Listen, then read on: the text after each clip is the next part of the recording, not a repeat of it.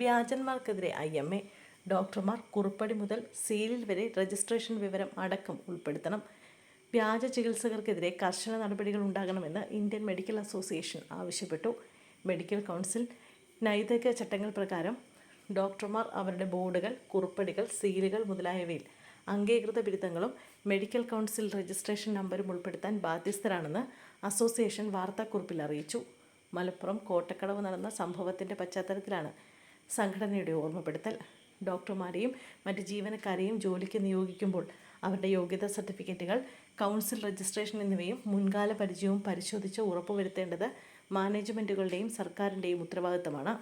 നിലവിൽ 33 മെഡിക്കൽ കോളേജുകളുള്ള കേരളത്തിൽ വിദേശ സർവകലാശാലയിൽ നിന്നടക്കം വർഷം 7000-ലധികം MBBS ബിരുദധാരികൾ പഠിച്ചിറങ്ങുന്നു.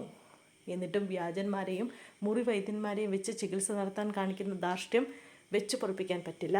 കുറ്റക്കാർക്കെതിരെ കർശന നടപടിയെടുക്കണമെന്നും സംഘടന ആവശ്യപ്പെട്ടു.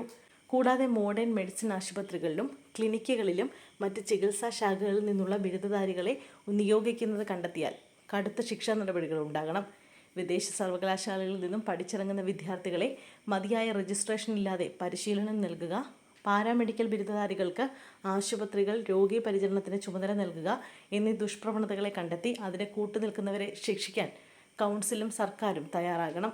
കേരള മെഡിക്കൽ കൗൺസിൽ രജിസ്റ്റർ ചെയ്ത മുഴുവൻ ഡോക്ടർമാരുടെയും കുറ്റമറ്റ പട്ടിക പ്രസിദ്ധീകരിക്കാൻ കൗൺസിൽ നടപടിയെടുക്കണം. മെഡിക്കൽ കൗൺസിൽ വെബ്സൈറ്റിൽ രജിസ്ട്രേഷൻ നമ്പർ ഉപയോഗിച്ച് അതിൻ്റെ വിശ്വാസ്യത പരിശോധിക്കാൻ സാധ്യമായ സംവിധാനം നിലവിൽ വരണം. അംഗീകൃത ബിരുദങ്ങളും രജിസ്ട്രേഷൻ നമ്പറും പ്രദർശിപ്പിക്കുന്നുണ്ട് എന്ന് ഉറപ്പുവരുത്തണം. അല്ലാത്ത പക്ഷം കർശന ശിക്ഷ നിശ്ചയിക്കണം. ഈ വിഷയങ്ങളിൽ ജാഗ്രത പുലർത്താനും വ്യാജ ചികിത്സകരെ കണ്ടെത്തി അവരെ നിയമത്തിൻ്റെ മുന്നിൽ കൊണ്ടുവരാനും ശക്തമായ പ്രവർത്തനങ്ങൾ നടത്തുവാൻ മുഴുവൻ IMA ശാഖകളെയും അംഗങ്ങളെയും സജ്ജരാക്കുമെന്ന് സംസ്ഥാന president doctor Joseph Benavan, secretary doctor Sasidharan എന്നിവർ അറിയിച്ചു.